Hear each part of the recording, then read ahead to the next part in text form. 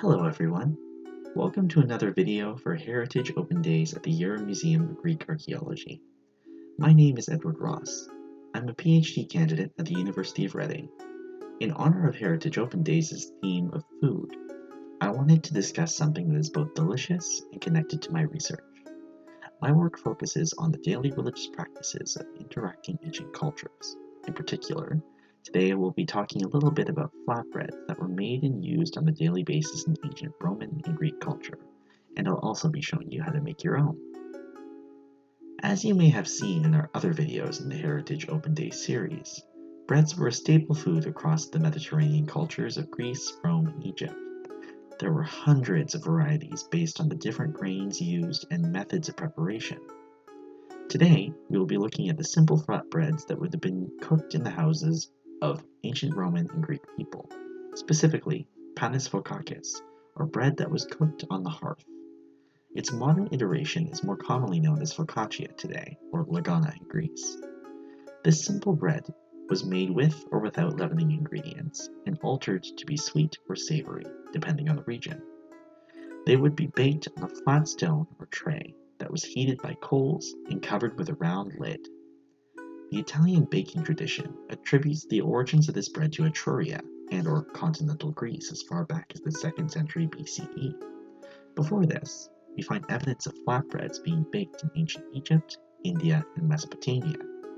They were simple in process, made of ground grains that were hydrated and formed into dough before being baked, but they usually were quite fragrant, hearty, and flavorful.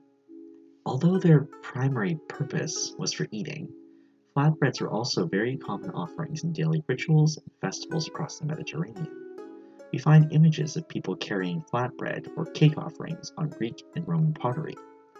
Although it is unclear what specifically these flat, round food objects may have been, it is highly likely that simple flatbreads could have been used by the Greeks and Romans during their daily bloodless offerings to their deities. Just as how these images of offered breads and cakes were quite diverse, so too are the varieties of flatbreads found in the Mediterranean cuisines.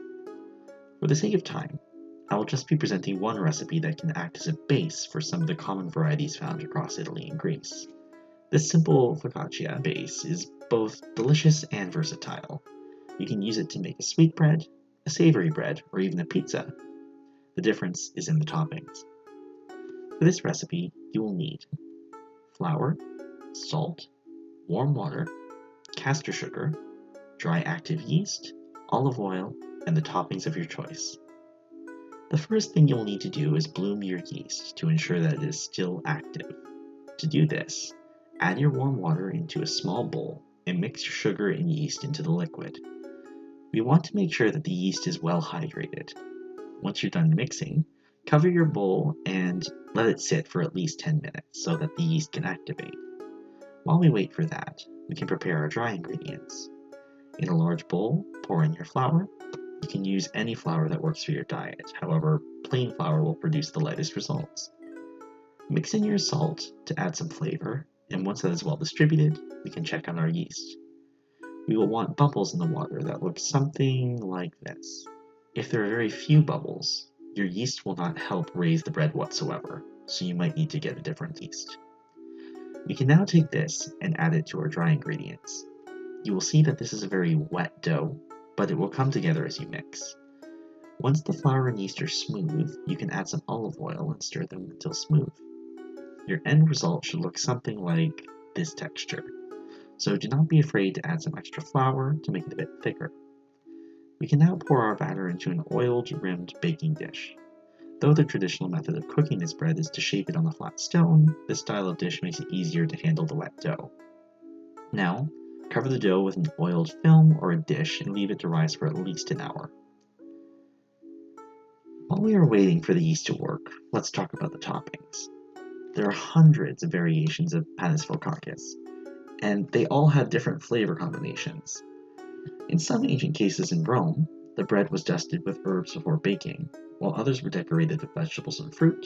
Some were even decorated with sweet fruits and cheeses. In Greece, traditionally this style of bread would have been crusted with sesame seeds along the top. Today, I'll be using some rosemary. Though it is quite simple, it was commonly found around Roman gardens and may have been even used in their own cooking. Modern-day versions of focaccia use ingredients from the Middle East and the Americas, such as tomatoes and spinach. Olives and onions were also a traditional accompaniment, so for my second loaf, I'll be using a mixture of these vegetables. Now that the bread is risen, we're going to coat our fingers in olive oil and then puncture holes in the dough to release some air.